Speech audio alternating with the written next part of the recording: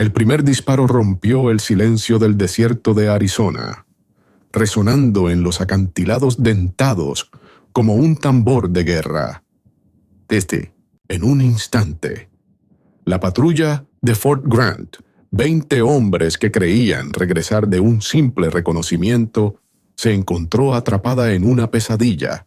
Guerreros mezcaleros apaches surgieron de las crestas superiores, sus gritos de guerra rodando como truenos por las paredes del cañón, sus caballos deslizándose por laderas que ningún soldado se atrevería a escalar.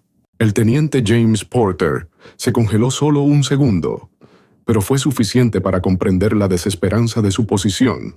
Estaban expuestos en terreno abierto, cercados por acantilados, con el refugio más cercano a cientos de metros. La primera andanada de flechas los alcanzó antes de que pudieran apuntar sus rifles. La segunda vino acompañada de disparos tan precisos que parecían imposibles en la luz agonizante del atardecer. Una voz de soldado, aguda por el miedo, cortó el caos. «Están por todas partes, Señor, por todas partes». Pero el enemigo no estaba en todas partes.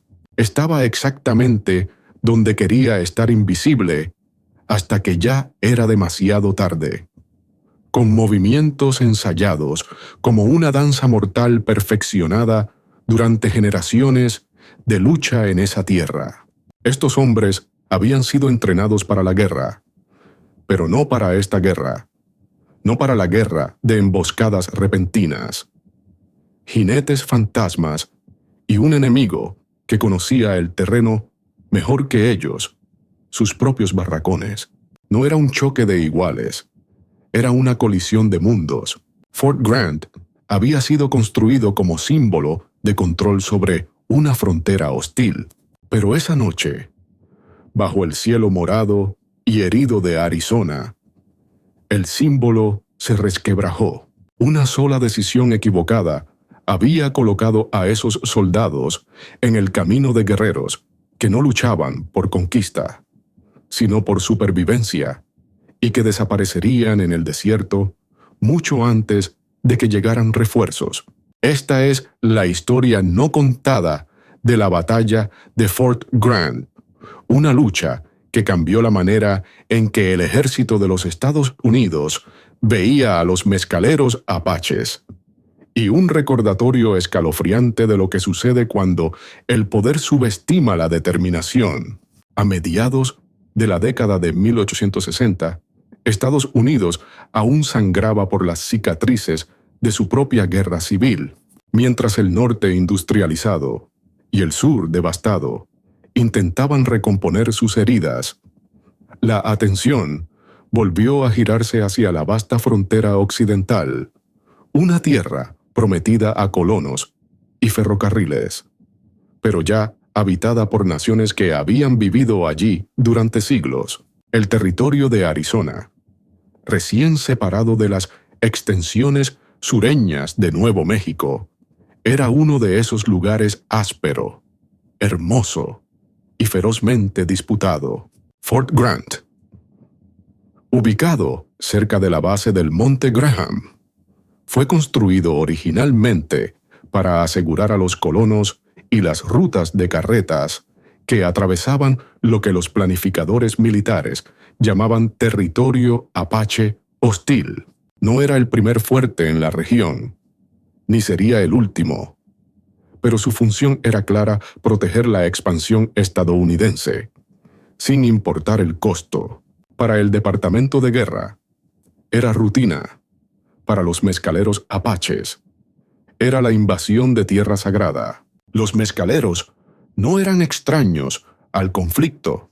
Durante generaciones habían resistido la colonización española. Los soldados mexicanos y los colonos estadounidenses por igual, maestros de la guerra de guerrillas, conocían cada cañón, manantial y sendero oculto del sur de Nuevo México y el oeste de Texas. Sus guerreros habían sido formados desde niños para luchar como parte del paisaje mismo, jinetes que podían desaparecer en las montañas tan fácil como una sombra que se desliza sobre la piedra. El ejército de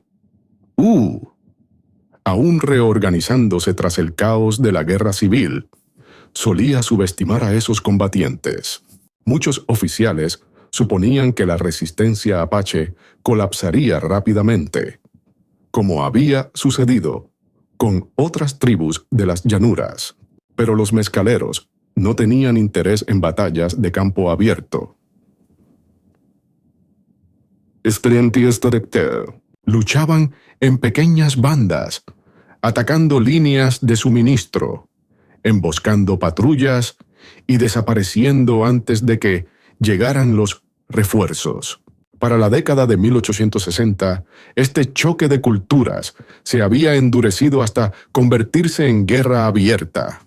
Tratados que prometían paz y tierras de reserva ya habían sido firmados y rotos por ambas partes. Algunas bandas apaches aceptaban la reubicación, con la esperanza de evitar el derramamiento de sangre. Otras, especialmente aquellas lideradas por guerreros jóvenes y desafiantes, rechazaban cualquier arreglo que los alejara de sus territorios ancestrales de caza. La guarnición de Fort Grant, aunque disciplinada, a menudo sufría de mala inteligencia y un terreno difícil. Las unidades de caballería, entrenadas para persecuciones convencionales, eran fácilmente superadas por apaches que podían desvanecerse en el desierto en cuestión de minutos tras un ataque. Los soldados se cansaban de seguir huellas que desaparecían en la roca dura y rastros falsos diseñados para confundir incluso a exploradores experimentados. Aumentando la tensión estaban los civiles, mineros y colonos, que penetraban cada vez más en territorio apache. Enviaban repetidas súplicas de protección militar. Los periódicos de Tucson y otras ciudades retrataban a los apaches como saqueadores despiadados, mientras que la tradición oral apache recordaba promesas rotas y actos de represalia que mataban a mujeres y niños. Cada lado llevaba su propia versión de justicia, y cada uno veía al otro como el agresor. Para el verano de 1867 existía un frágil estancamiento. El ejército mantenía fuertes como el de Grant, como símbolos de seguridad. Pero para muchos guerreros apaches, esos mismos fuertes simbolizaban todo lo que estaban perdiendo: libertad de movimiento, espacios sagrados y su modo de vida en ese ambiente volátil. Incluso un error menor, una patrulla que se alejaba demasiado de su puesto, una incursión demasiado cerca de un asentamiento, podía encender días de violencia. La patrulla de Fort Grant, que pronto enfrentaría a los mezcaleros en combate abierto, no esperaba problemas. Después de todo, los informes oficiales sugerían que la presencia apache en la región había disminuido. Sin embargo, en los mismos senderos que creían seguros, los guerreros observaban y esperaban, estudiando cada soldado, cada ruta, cada vulnerabilidad. Este era el mundo en el que estalló la batalla de Fort Grant, una frontera empapada de miedo e incomprensión, donde ambos lados creían luchar por su supervivencia. Para los soldados, se trataba de defender a los colonos y mantener la línea del progreso. Para los mezcaleros, era algo más profundo que la defensa. Era evitar que su existencia entera fuera borrada. Y en este choque de culturas, incluso una sola batalla pequeña en la escala de la historia militar dejaría lecciones y cicatrices que durarían décadas. En el centro de cada batalla hay individuos cuyas decisiones, coraje y temores moldean el curso de los acontecimientos. La batalla de Fort Grant no fue diferente. En un lado estaba el teniente James Porter, un joven oficial que llevaba el peso de las ambiciones de una nueva nación sobre sus hombros. En el otro, Nantan Lupan, un líder de guerra mezcalero cuyo nombre, que significaba lobo rápido, quedaría grabado en las leyendas susurradas del suroeste. El teniente James Porter se había graduado de la Academia Militar de West Point apenas 2 años antes, nacido en Ohio. Creció durante los últimos años de la Guerra Civil, idolatrando a los oficiales de la Unión que habían luchado por preservar el país. Su crianza le inculcó una creencia en el deber y el orden, una creencia de que la expansión hacia el oeste de América no era solo una estrategia, sino un destino. Fort Grant era su primer gran destino, y para él era tanto un peldaño para una brillante carrera como una oportunidad para probar su valor. Porter era conocido entre sus hombres como sereno y disciplinado, pero también inexperto. Había aprendido la teoría de batalla en aulas, estudiado campañas militares europeas y entrenado para una guerra estructurada, pero nada en su educación lo preparó para el combate no convencional del suroeste. Los apaches luchaban en sus propios términos, no en los del ejército. No formaban líneas ni buscaban confrontaciones abiertas. Atacaban, desaparecían y volvían a atacar. Porter entendía esto en teoría, pero la realidad práctica pronto desafiaría cada suposición que tenía. En el lado opuesto estaba Nantan Lupan, el líder de guerra mezcalero. Su fecha exacta de nacimiento era desconocida, pues muchos nacimientos apaches no se registraban, pero para mediados de la década de 1860 ya había ganado respeto como un genio táctico. Había crecido en una época de movimiento constante, incursiones y supervivencia contra fuerzas tanto mexicanas como estadounidenses. Para él, el desierto no era un terreno hostil, era su hogar, un aliado vivo que ocultaba y protegía a quienes lo comprendían. La filosofía de guerra de Nantan Lupan era simple, pero profunda: nunca luchar una batalla que no puedas ganar y nunca dar descanso al enemigo. Creía que la supervivencia no dependía de la victoria en combate abierto, sino de desgastar la voluntad del adversario para luchar. Sus bandas usaban el engaño y la movilidad como armas, creando senderos falsos y emboscadas diseñadas para confundir incluso a los exploradores más experimentados. Para los apaches, Nantan Lupan encarnaba la resistencia y la rebeldía. Para los soldados estadounidenses, representaba una amenaza invisible que podía aparecer y desaparecer sin advertencia. A pesar de sus diferencias, ambos hombres compartían algo fundamental: la lealtad a su gente. La lealtad de Porter era hacia el ejército, hacia los colonos y hacia la idea de una nación unificada que avanzaba hacia el oeste. La de Nantan Lupan era hacia su banda, su familia y las tierras ancestrales que estaban bajo amenaza. Para Porter, esto era una prueba de liderazgo.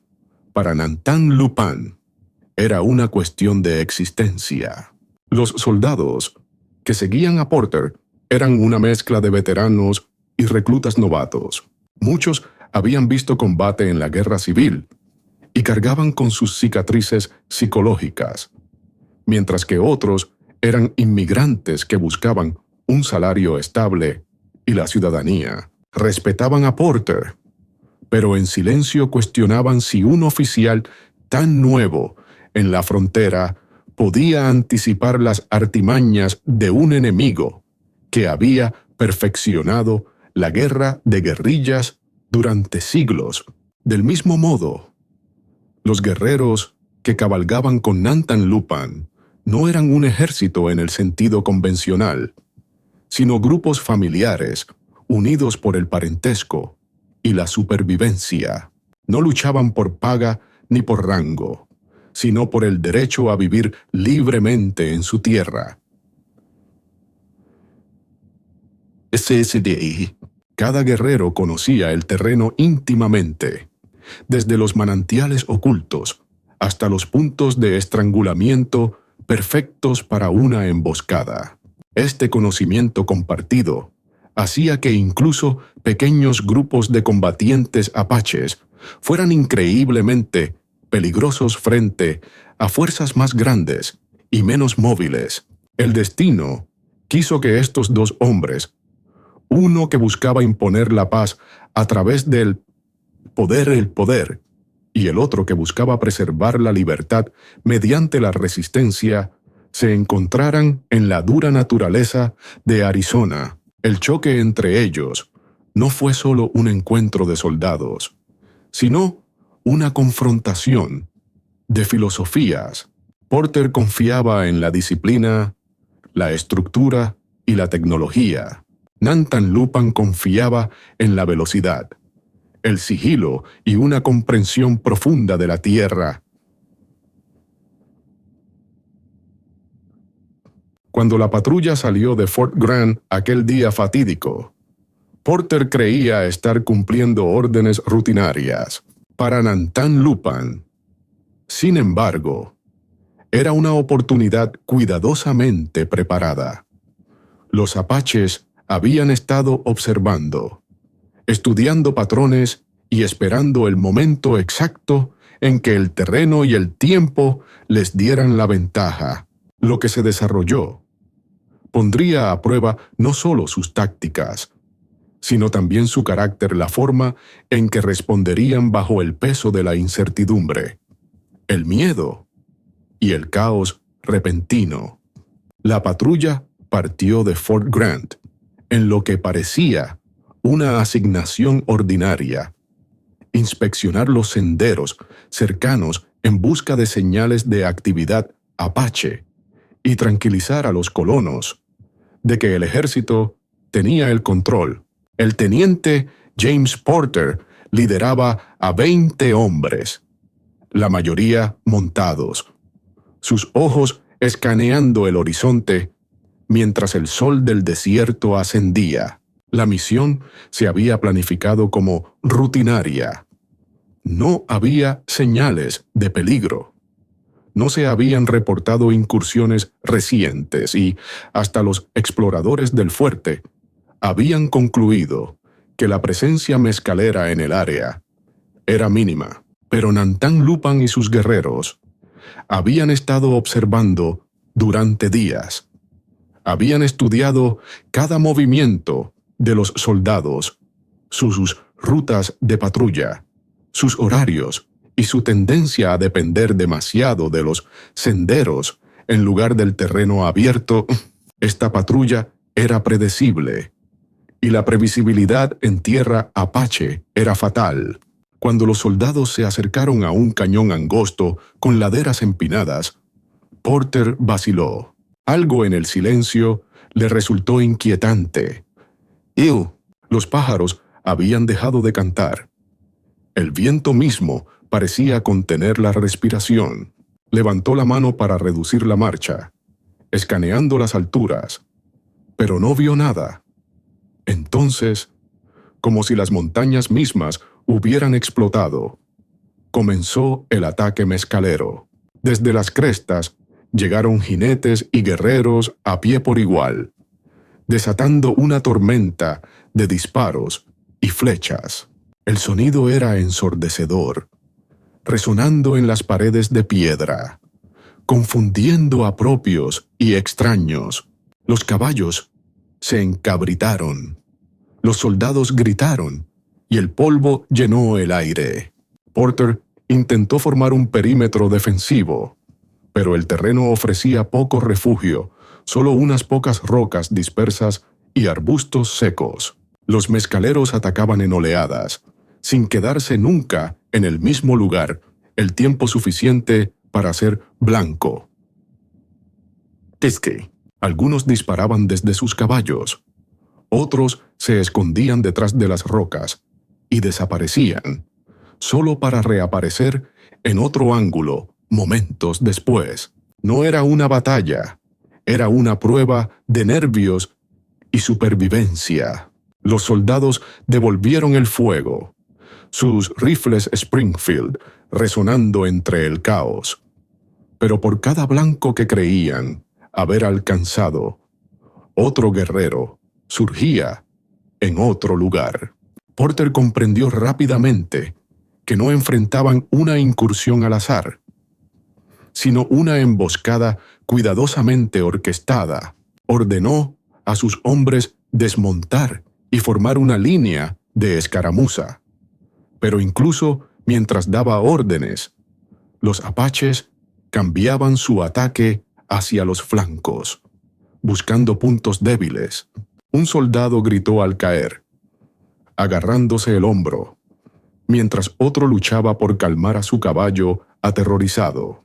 En medio de la confusión, Porter vio a Nantan Lupin, o al menos creyó que era él cabalgando por la cresta, dirigiendo el asalto con señales manuales. Por un instante fugaz, sus miradas se cruzaron a través del campo de batalla, un hombre liderando tropas entrenadas en la guerra moderna, el otro comandando guerreros guiados por siglos de tácticas de supervivencia. Los minutos parecieron horas, mientras la batalla rugía. Porter decidió retirarse hacia un afloramiento rocoso donde pudiera consolidar sus fuerzas. Pero la retirada bajo fuego era peligrosa. Los mezcaleros anticiparon su movimiento, apretando su cerco. Cada paso hacia atrás se sentía como ceder terreno a un oponente invisible. Cuando parecía que la patrulla sería aniquilada, Porter ordenó una carga desesperada para romper el cerco, con bayonetas caladas y voces gritando al unísono. Los soldados avanzaron, obligando a los apaches a retroceder momentáneamente. La carga no ganó la batalla, pero compró tiempo preciosos minutos para reagruparse y moverse hacia una posición más segura.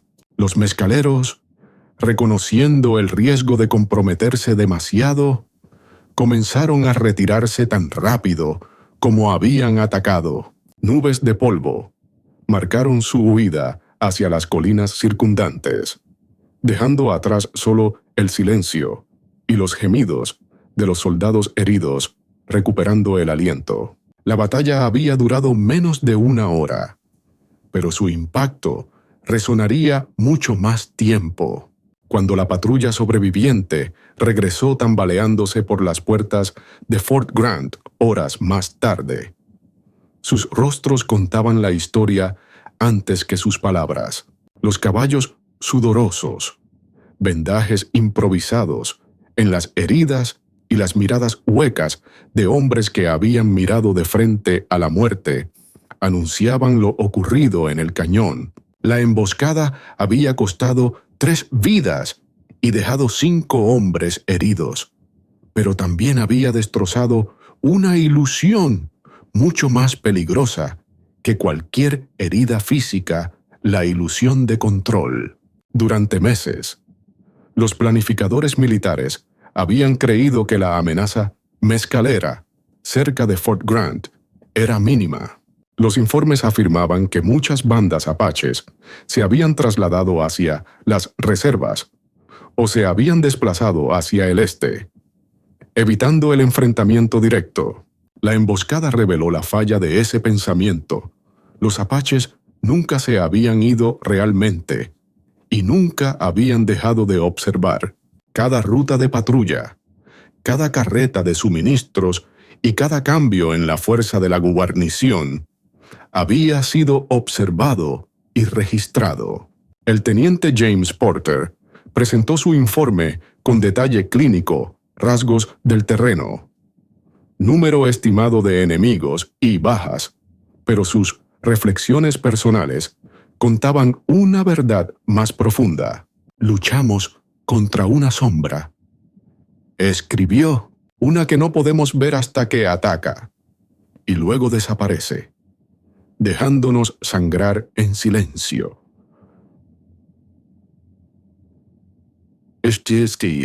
Para Porter, la experiencia fue un acto de humildad.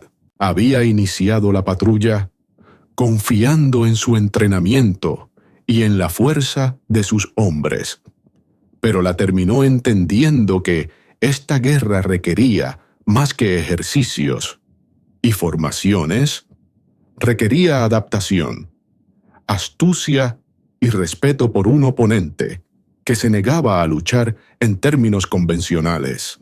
En Washington y en el cuartel general del ejército, el incidente generó conversaciones incómodas. Fort Grant no había caído, pero el hecho de que una sola patrulla casi fuera aniquilada planteó preguntas sobre la estrategia Apache más amplia y la vulnerabilidad del ejército. Algunos oficiales abogaron por campañas más duras, tácticas de tierra quemada diseñadas para eliminar cualquier refugio de los combatientes apaches. Otros promovieron la diplomacia, reconociendo que un conflicto interminable agotaría los recursos y la moral. Para los mezcaleros, el resultado de la batalla tuvo un peso simbólico. Aunque no habían destruido el fuerte ni capturado suministros, habían dado un golpe psicológico. La noticia de la emboscada viajó rápidamente entre las bandas apaches vecinas e incluso entre otras tribus. Era la prueba de que el ejército estadounidense, a pesar de su número y tecnología, podía ser derrotado si se le atraía a las condiciones adecuadas. El liderazgo de Nantan Lupan ganó aún más respeto después de la emboscada. Para su pueblo, no era solo un guerrero, sino un protector que había demostrado que la resistencia apache no estaba rota. Los ancianos contaban historias de cómo los guerreros usaban la tierra como escudo y espada, enseñando a las generaciones jóvenes que la supervivencia residía en la inteligencia, la paciencia y la unidad.